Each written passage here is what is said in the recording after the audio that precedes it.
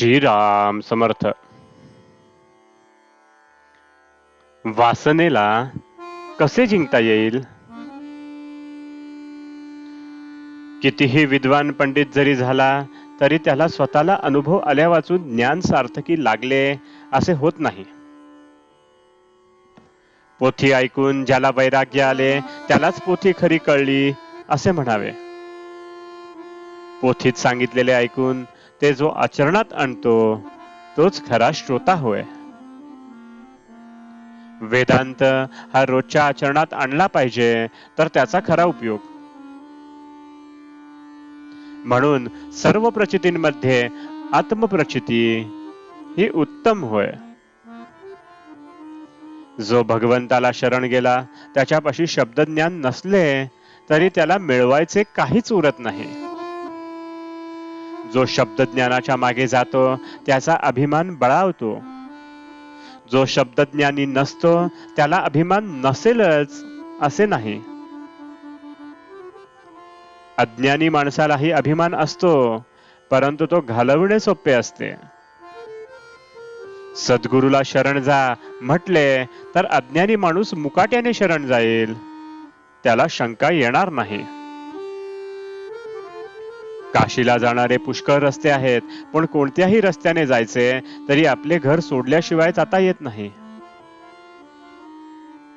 हे जसे खरे तसे कोणत्याही साधनात वासना बाळगून किंवा ती देवापासून निराळी ठेवून भागणार नाही. ती देवाची करायला, तिला मारायला देवाचे स्मरण पाहिजे. भगवंताचे होणे हे माझे या जन्मातले मुख्य काम आहे असे समजावे. मी भगवंताचा कसा होईन याचा सारखा रात्रंदिवस विचार करावा. मी दुसऱ्या कोणाचा नाही ही खात्री असली म्हणजे भगवंताचे होता येते. आपले मन वासनेच्या अधीन होऊन तात्पुरत्या सुखाच्या मागे गेल्यामुळे थप्पड खाऊन परत येते. लोक समजतात तितके वासनेला जिंकणे कठीण नाही. आपली वासना कुठे गुंतते ते पहावे. आपल्या अंगातले रक्त काढून ते तपासून आपल्याला कोणता रोग झाला आहे हे डॉक्टर पाहतात. त्याचप्रमाणे आपले चित्त कुठे गुंतले आहे हे आपण पहावे. तो आपला रोग आहे. जी गोष्ट आपल्या हातात नाही तिच्याविषयी वासना करणे वेडेपणाचे आहे हे ध्यानात ठेवावे. म्हणूनच विचार आणि नाम यांनी वासनेला खात्रीने जिंकता येईल. मग आपले कर्तेपण आपोआप मरून जाईल. हिमालयावर ज्यावेळी आकाशातून बर्फ पडते त्यावेळी ते अगदी भुसभुशीत असते पण ते पडल्यावर काही वेळाने दगडापेक्षाही घट्ट बनते.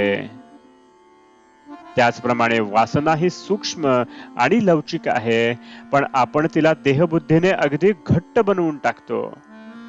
मग ती काढणे फार कठीण जाते.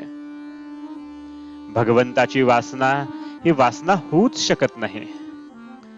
ज्याप्रमाणे कणिक अनेक वेळा चाळून गव्हाचे सत्व काढतात त्याप्रमाणे विषयाची सर्व वासना नाहीशी झाल्यावर जी उरते ती भगवंताची वासना होय. आजचे बोधवचन: वासना मारायला भगवंताचे अधिष्ठान हा एकच उपाय होय. जानकी जीवन स्मरण. जय जय राम.